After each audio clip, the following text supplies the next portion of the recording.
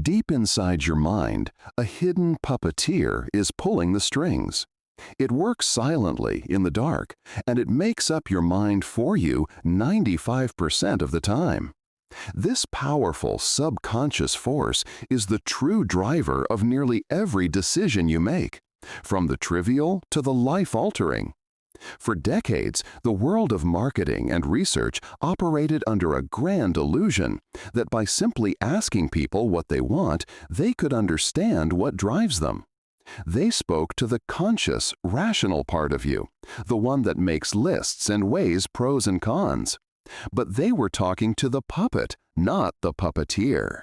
This created a deep and persistent puzzle known as the rationality gap, the chasm between what people say they want and what their brains truly desire. Traditional methods like surveys and focus groups couldn't bridge this gap. They couldn't hear the whispers of the subconscious mind. Neuromarketing was born from a desire to solve this mystery. It seeks to bypass the conscious filters we all possess and speak directly to that hidden self, finally revealing the secret drivers of attention, emotion, and choice. This is the story of how science gave us a window into our own minds, changing the way we see ourselves and the world we buy into. To understand the revolution of neuromarketing, we must first understand the landscape where the battle for our attention is fought, the human brain. Nobel laureate Daniel Kahneman revealed that our minds operate on two distinct systems. There is System 2, the slow, calculating, and conscious part of us. We identify as ourself. It's the voice in your head that solves a math problem or carefully considers a major life decision. But the real power lies with System 1, the fast, automatic, emotional, and intuitive engine that runs our lives. Think of System 1 as a sophisticated autopilot that effortlessly handles the countless decisions of our day. It's what lets you drive a familiar route while thinking about something else entirely, or instantly feel a sense of trust or distrust for a new face. We think our conscious pilot, System 2, is in charge, but in reality, it's often just along for the ride, occasionally called upon to take the controls when the autopilot encounters something new or difficult. This dual-system brain is the critical flaw in traditional research. When a focus group asks, "Why did you choose that brand of coffee?" the conscious pilot, System 2, springs into action. It invents a logical-sounding story, a phenomenon known as confabulation. A person might say, "I liked the flavor profile and the ethical sourcing," when the real reason was a subconscious emotional connection to the color of the packaging or a fleeting childhood memory triggered by the logo. These old methods are fundamentally unreliable because they only talk to the conscious pilot, who is often the last to know why a decision was really made. To get to the truth, science needed new tools, a way to communicate directly with the autopilot brain. The tools of neuromarketing are not cold, sterile instruments.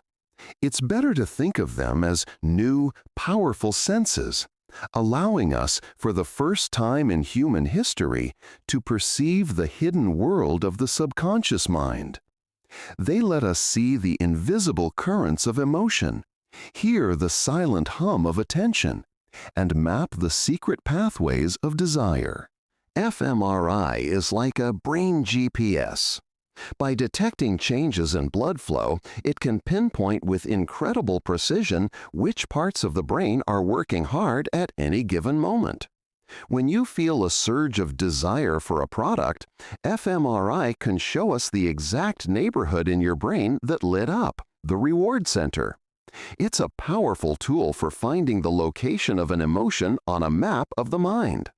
However, like any GPS, it can be slow to update, making it less useful for tracking a fast-moving thought or a fleeting reaction to a 30-second commercial. If fMRI is a GPS, then EEG is like a brain microphone. By measuring the brain's electrical activity in real time, it can capture the rhythm and tempo of our thoughts and feelings. It hears the precise timing of the brain's emotional symphony, detecting a spike of excitement or a lull of boredom down to the millisecond. But while it has perfect timing, it's not very good at telling you exactly where in the concert hall the sound is coming from. Our eyes are the gateway to our consciousness, and eye tracking is the spotlight tracker. It follows our gaze with infrared precision, revealing exactly what we notice and, more importantly, what we ignore. It creates heat maps that show where the audience is looking on the stage of an advertisement or a supermarket shelf. It reveals, without bias, what truly captures our attention in the critical first seconds of an encounter. With these new senses, scientists and marketers could finally start to solve some of the biggest and most expensive mysteries in human behavior, beginning with one of the most famous rivalries in history. For decades, the beverage world was haunted by a classic detective story, the Pepsi paradox.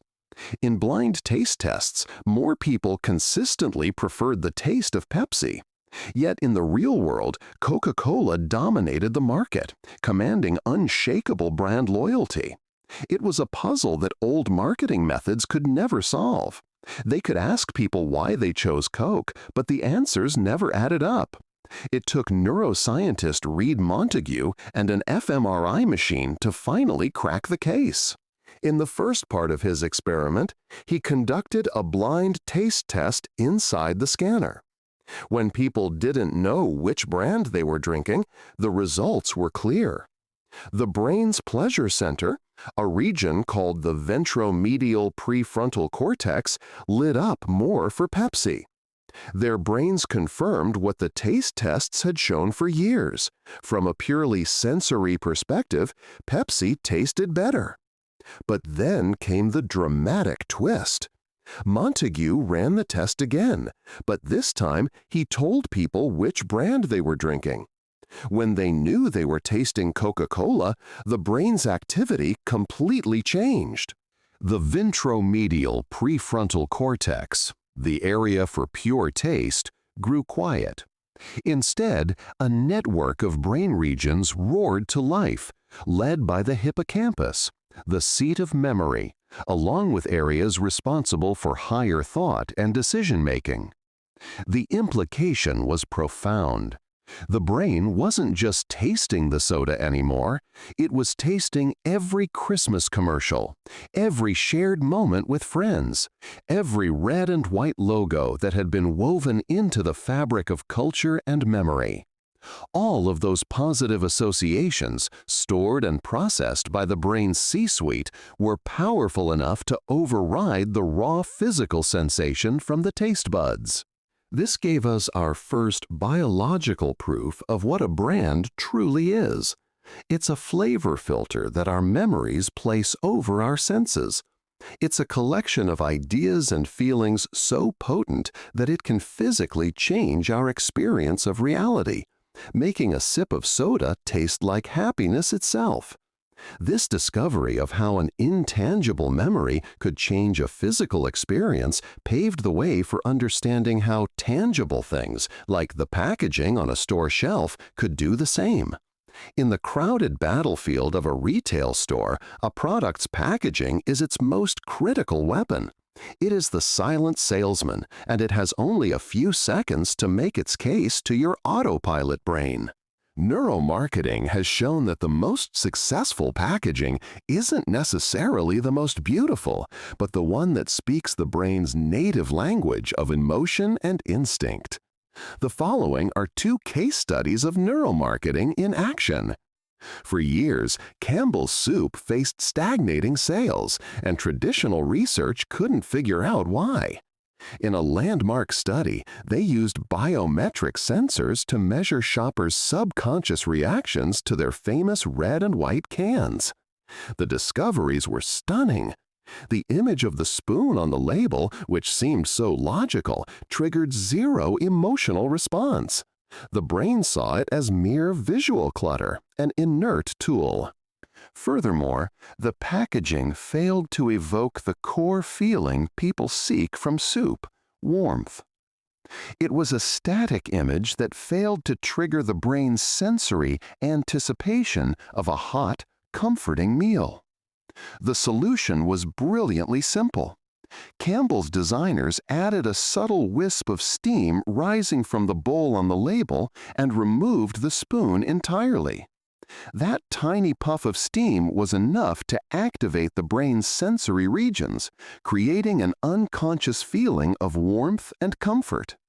By listening to the brain, they transformed their packaging from a simple container into an emotional trigger. In another counterintuitive discovery, Frito-Lay used brain scans to test packaging for its potato chips. They found that shiny, glossy bags, long the industry standard, were triggering activity in a part of the brain called the anterior cingulate cortex. This is the brain's guilt center, an alarm bell for conflict and error. The shiny bags were subconsciously screaming junk food. The company's solution was to switch to a matte finish bag featuring images of natural ingredients like potatoes and spices. Brain scans confirmed that this new packaging did not activate the guilt center. The matte texture and earthy images primed a feeling of healthiness, giving the brain's subconscious permission to indulge. It was a silent signal that bypassed the rational mind and went straight to the heart of consumer anxiety. These cases reveal that the decision to pick a product from a shelf is an intricate dance of subconscious cues. But once it's in your hand, another crucial battle begins: the decision to actually pay for it. What if every time you looked at a price tag, your brain reacted as if it were feeling a small burst of physical pain? Neuroeconomics has shown this isn't just a metaphor, it's a biological reality. Our brains process price not as a neutral number, but as a form of loss, and it hurts. Inside our heads, every purchase is a neural tug-of-war. This battle happens between two key regions. The first is the nucleus accumbens, the brain's "I want that" button that lights up with desire. Pulling in the opposite direction is the insula, the brain's ouch center, which activates with the same intensity as a physical pain when we see the price tag. The decision to buy comes down to a simple battle. If the pleasure of wanting is stronger than the pain of paying, we buy. If the pain is too great, we walk away. Modern commerce is therefore filled with clever strategies designed to anesthetize the ouch center. Credit cards and digital wallets. Swiping a card or tapping a phone feels less painful than handing over physical cash. This abstraction decouples the pleasure of consumption from the pain of payment. It's why we spend more with plastic. It feels like playing with Monopoly money. Bundling. Our brains prefer one big single pain point over many small repeated ones. An all-inclusive resort fee, while large, is less neurologically painful than being nickeled and dimed for every drink, meal, and activity. Removing currency symbols. A menu that prices a steak at $20 instead of $20 seems like a small design choice, but it's a neuro trick. Removing the dollar sign reduces the mental link to financial loss, subtly lowering the activation of the insula and encouraging higher spending. This neural battle plays out in physical stores and with even greater intensity in the fast-paced digital world, where the fight is not just for our money, but for the currency that precedes it: our attention. In the infinite scroll of the digital world, attention is the most valuable currency. What we look at determines what we think about, what we feel, and what we buy. Eye tracking is the tool that measures and maps this precious resource, revealing the subconscious rules that guide our gaze. One of the most foundational discoveries came from a simple A/B test of an ad featuring a baby, conducted by usability specialist James Breeze. In the first version, the baby looked directly at the viewer. The heat map from the eye tracker was a single, intense red spot right on the baby's face. Our brains are hardwired to prioritize faces, and viewers were so captivated that they completely ignored the headline and the product message. Their attention was trapped. In the second version, the ad was changed so that the baby's profile was looking at the headline. The heat map shifted dramatically. Viewers' eyes went to the baby's face, instinctively followed its gaze directly to the important text, and then read the ad copy. This simple experiment revealed a powerful principle of the autopilot brain. You look where they look. We are evolutionarily wired for joint attention, and this insight has shaped the design of countless websites and advertisements, using the gaze of models to direct our focus to exactly where the marketer wants it. This principle of listening to the brain's true priorities also led to a massive strategic strategy at PayPal. The company had always assumed that its most important value proposition was security. It seemed logical for a financial service. But when they used EEG to measure users' brainwaves, they found that messages about security were neurologically boring. They were expected, but not exciting. Messages about speed and convenience, however, triggered a powerful reward response in the brain. Speed was a gain. Security was just the absence of a loss. Based on this neuro-insight, PayPal completely overhauled its global marketing to focus on the speed and effortlessness of its service, aligning its message with the brain's deep-seated preference for efficiency. Our brains do not experience the world through 5 separate, isolated channels. Instead, they are master conductors weaving sight, sound, and smell together into a single, seamless reality. What you hear can change what you taste, and what you smell can summon a memory more vividly than any photograph. This phenomenon, known as cross-modal priming, is one of the most powerful and invisible forces that shapes our behavior.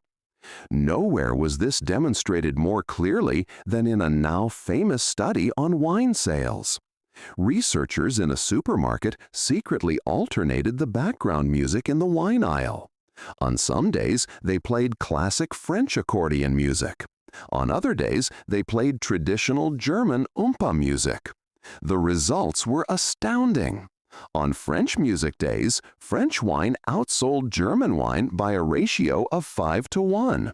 On German music days, German wine outsold French wine by a ratio of 2-to-1. The most telling part? When shoppers were interviewed at the checkout, nearly all of them denied that the music had any influence on their choice. Their conscious pilot had no idea that the autopilot had been primed by a simple song. This sensory symphony extends to our most primal sense, smell. Scent is unique because it has a direct, unfiltered hotline to the brain centers for emotion and memory. Starbucks built its empire on this principle. In 2008, the company faced a sensory crisis when the smell of its new breakfast sandwiches began to overpower the signature aroma of roasting coffee. CEO Howard Schultz knew this was an existential threat. The smell of coffee wasn't just a byproduct, it was the anchor of the entire brand experience, the unconscious signal that justified the premium price. Starbucks made the costly decision to redesign its entire food preparation process to protect the coffee scent, preserving the powerful emotional connection that the aroma created in their customers' brains.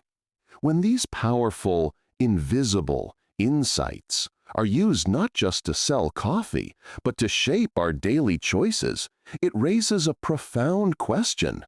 Where is the line between influence and manipulation? The ability to peer into the subconscious mind and gently nudge behavior inevitably brings us to a difficult conversation. Is this a revolutionary tool for creating better, more intuitive products and experiences? Or is it a form of hidden manipulation that preys on our biological wiring? First, it's crucial to debunk the most common fear, the neurological buy button. Neuroscientists are in firm agreement that this is a myth. The brain is not a simple machine with an on-off switch for purchasing. Our higher-order executive functions, located in the prefrontal cortex, act as a powerful check and balance system, fully capable of vetoing a subconscious impulse. Neuromarketing is a tool of influence, not of irresistible mind control. It can tip the scales, but it cannot strip us of our free will. The more pressing concern, however, is the potential for neurodata to identify and target vulnerable consumers, or the simple privacy implications of harvesting our most unfiltered biological reactions. These issues are so significant that industry bodies have established specific ethical codes to govern this new frontier. Even so, the potential for misuse is taken very seriously. The most striking example of this is France's bioethics law. France is the only country in the world to explicitly ban the use of brain imaging techniques like fMRI for commercial purposes. The law is rooted in a philosophical desire to protect the dignity of a person's inner life, arguing that our thoughts and deep-seated emotional responses should not become commercialized data points. This legislation stands as powerful evidence of how seriously society is grappling with the ethical weight of these new capabilities. This journey into the brain forces us to ask not only what is possible, but also what is right. We began this journey in the old world of marketing, a world of guesswork and rationalizations, where we tried to understand people by asking them what they wanted. We end it in a new world where we have learned it is far more effective to listen directly to their brains. The greatest neuromarketing successes are rarely loud or flashy. They are found in the subtle details that speak to our fundamental subconscious human drivers.